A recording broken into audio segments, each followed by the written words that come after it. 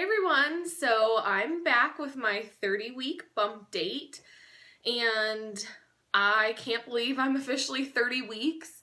It's kind of, I guess it's not necessarily like a milestone week, but it is. I mean, I know I say every week that, each week is another week further, and it's just another week that these babies are cooking, which is always good.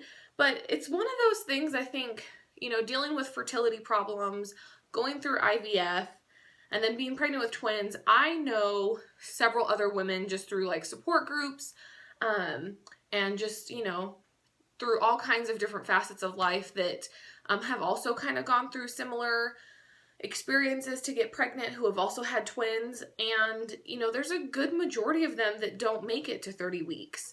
And so I feel very lucky so far that this pregnancy has been as kind of low key as it has and as healthy as it has been. I really don't have a ton to complain about.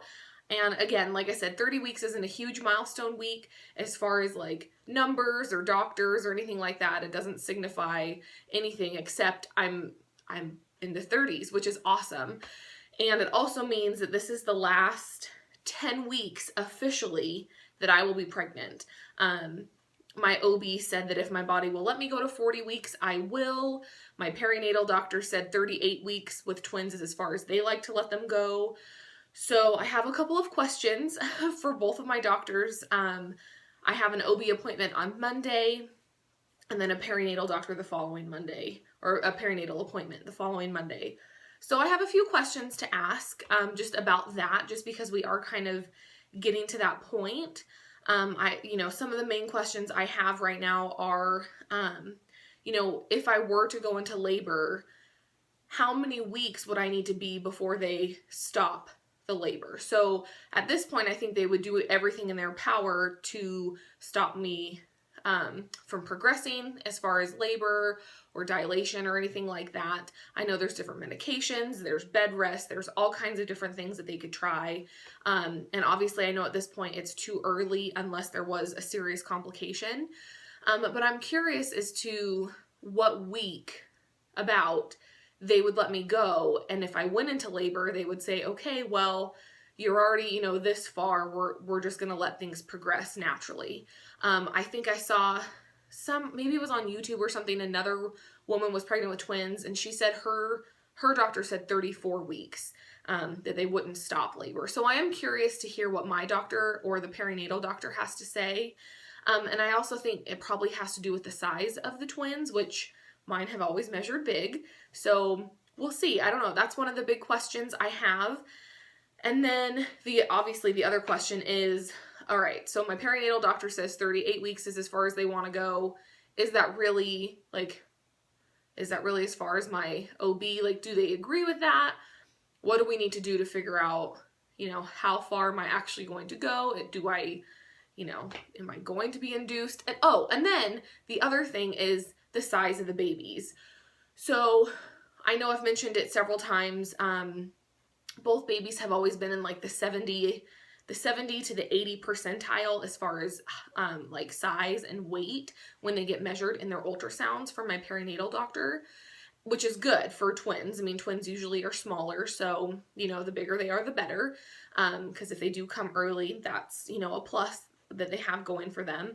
But I want to know, is there a point to which, the babies get too big or something? Like, is there a max weight that they'll let each baby get? Because I can't imagine giving birth to 2 8-pound babies. That's 16 pounds of baby. But if that's what needs to happen, then that's what we'll do. So there's just, all these things that are starting to go through my head now that I'm officially 30 weeks. And we're kind of in the home stretch. My perinatal doctor said most women with twins, it's not uncommon to go into labor around 36 weeks, 36, 37 weeks. That's pretty normal. And then, like I said, she does not like to have them go over 38 weeks. So I don't know, we're kind of getting there. But this week itself has been interesting. I will talk about the size according to my apps. My Pregnancy Plus app still says they're the size of winter squash, so pumpkins, basically small pumpkins. it'll be that for the next couple of weeks. And then the What to Expect app says that they are the size of butternut squash. So that kind of, that makes sense. They're supposed to be about 16 to 19 inches, I guess, something along those lines. And I'm not sure about the height of the babies. They've always just told me the weight. And then the weight of the babies is supposed to be between like 3 to 3.3 pounds. But just like always, I mean, 3 weeks ago, I had my perinatal appointment. Caleb was measuring at 3 pounds, 6 ounces, I believe, and Lila was 3 pounds, 1 ounce then. And they say at this point, the babies are gaining roughly half a pound a week. And I don't know when officially that started, so I can only imagine that they, I would imagine they're both over 4 pounds or around that. So we'll see. But that's kind of the range that the apps say. And yeah, so that's kind of where we're at.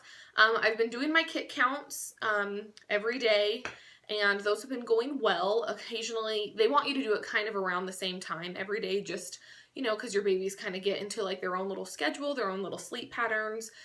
So we've been trying to do that occasionally. Like earlier today, I kind of forgot and had to, just do it right as soon as I felt them starting to kick, which was fine. It wasn't off by a whole lot.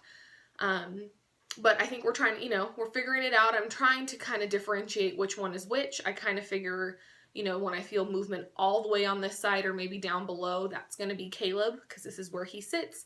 And then with Lila, it's kind of the opposite. She sits over here, but she's breech. So her head's up top, and her feet are down, unless they've moved, which is always a possibility, which is why these kit counts are really interesting. So anyways, they seem to be going well. We'll see. And as far as how I'm feeling, like I said, this has been a rough week. We had a death in the family last week, and emotionally, it has been hard. My emotions are already all over the place, and, it's tough. It's not something that you ever want to have to go through. So that part's been hard. Emotion-wise, this has definitely been a rough one. But as far as how I feel, like physically, I haven't been feeling sick or headaches or anything, but I have definitely hit a uncomfortableness that's constant. I'm constantly uncomfortable. There's not really a comfortable position for me at all. If I'm sitting in this chair, which is my work chair, my hands and my feet start getting swollen almost immediately. Like I can feel my toes tingling and the tops of my feet get all puffy. So I have to go lay down or go, put my feet up to elevate them. So I've been doing that. And then I get really achy, like my lower back. I have the sciatica or whatever. If I've been walking for too long, like if I go to the grocery store, which I'm about to go do, it starts to pinch and it's just really uncomfortable.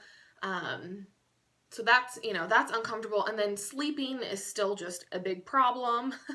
I just can't ever get comfortable. Moving from side to side is really uncomfortable. My hips and my hip flexors just ache all the time. So, I mean, to say that I'm glad I'm in this last, home stretch would be an understatement, because I'm really glad. But yeah, anyways, other than feeling sore or uncomfortable, I've been feeling fine, thankfully. Again, this pregnancy it's been pretty low key. So, I will show you guys my belly, because it's gigantic. I did take some bare belly pictures the other day just for my own record of everything. But, yeah, 30 weeks and growing. All right, well, I hope you guys all have a great rest of the week. This video is a little longer than I thought it would be, but I will talk to you guys next week. Bye!